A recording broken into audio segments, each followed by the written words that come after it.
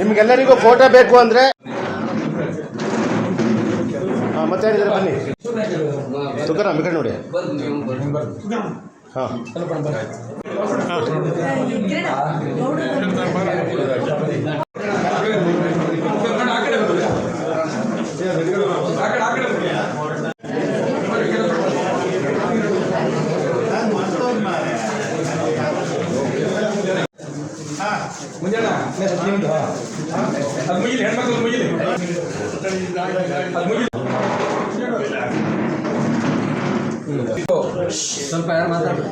ಸರಿ, ಚುನಾವಣೆ ನಡೀತು. ಕಾಂಗ್ರೆಸ್ಸಿಗೆ ಕೆಲವು ಕಡೆ ಮುನ್ನಡೆ, ಕೆಲವು ಕಡೆ ಹಿನ್ನಡೆ ಆಗಿದೆ. ಇದ್ರ ಬಗ್ಗೆ ಅಭಿಪ್ರಾಯ ಸರ್?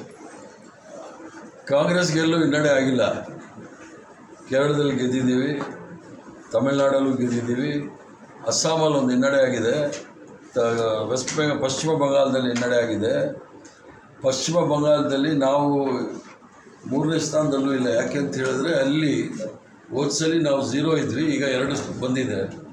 ಅಲ್ಲಿ BJP ಗೆದ್ದಿರೋದು ಏನು ಚುನಾವಣೆ ಪ್ರಕ್ರಿಯೆಯಿಂದ ಏನು ಗೆದ್ದಿಲ್ಲ. 93 ಲಕ್ಷ ಮತದಾರರ ಪಟ್ಟಿಯಿಂದ ಮತದಾರರ ಕೈಬಿಟ್ಟಿದ್ದಾರೆ SIR ಮೂಲಕ.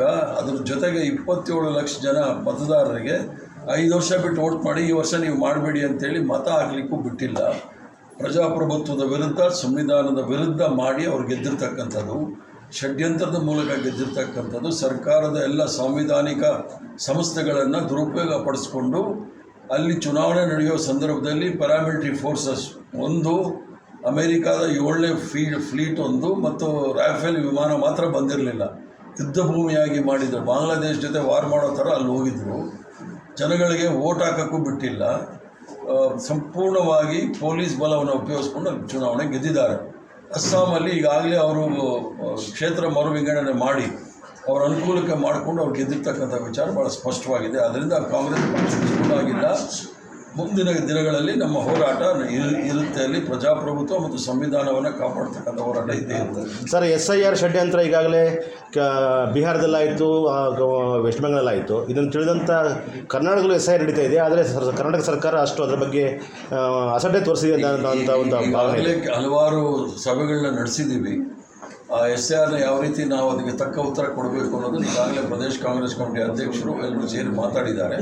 ಇಲ್ಲಿ ಅಷ್ಟೊಂದು ನಡೆಯೋದಿಲ್ಲ. ಅವ್ರು ಸರಿಯಾದ ಬುದ್ಧಿ ನಾವು ಕಲಿಸ್ತೀವಿ. ಸರ್, ತಮಿಳುನಾಡಲ್ಲಿ ಭಾಳ ಮುಖ್ಯವಾಗಿ ಜಂಜಿ ಮತದಾರರು TVKಗೆ ಬೆಂಬಲ ಕೊಟ್ಟರು. ರಾಹುಲ್ ಗಾಂಧಿಯವರು TVK ಜೊತೆಗೆ ಹೊಂದಾಣಿಕೆ ಮಾಡ್ಕೊಳ್ಳೋಣ ಅಂತ ಹೇಳಿದಾಗ ಕಾಂಗ್ರೆಸ್ಸಿನ ಈಗಿನ ರಾಷ್ಟ್ರೀಯ ಅಧ್ಯಕ್ಷರು ಮತ್ತು ಹಿರಿಯ ನಾಯಕರುಗಳೆಲ್ಲ ಸೇರಿಬಿಟ್ಟು DMK ಜೊತೆಗೆ ಅಲಯನ್ಸೇ ಮುಂದುವರಿಸಬೇಕು ಅನ್ನೋ ಹಠ ಹಿಡಿದ ಕಾರಣಕ್ಕಾಗಿ ಆಗಲಿಲ್ಲ. ಆದರೆ ಉತ್ತರ ಈಗ ಈ ಥರ ಇದೆ. ಇದು ಸರಿನಾ ಸರ್?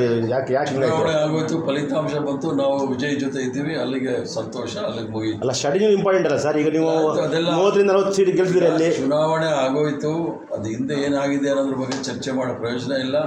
ರಾಹುಲ್ ಗಾಂಧಿ ಅವರು ವಿಜಯ್ಗೆ ಘೋಷಣೆ ಮಾಡಿದ್ದಾರೆ.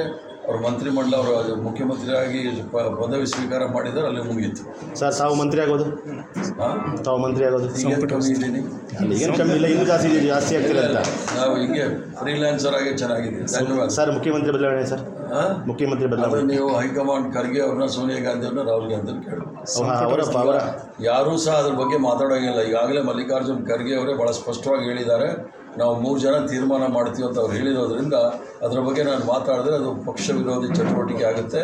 ಅದರಿಂದ ಅದ್ರ ಬಗ್ಗೆ ಯಾರೂ ಸಹ ಮಾತಾಡೋಂಗಿಲ್ಲ. ಸಂಪುಟ ವಿಸ್ತರಣೆ ಆಗ ಸಾಧ್ಯತೆ ಇದೆಯಾ ಸರ್? ಅದು ಮುಖ್ಯಮಂತ್ರಿಗಳಿಗೆ ಬಿಟ್ಟಿರ್ತಕ್ಕಂಥದ್ದು. ಧನ್ಯವಾದ. ನಮಸ್ಕಾರ.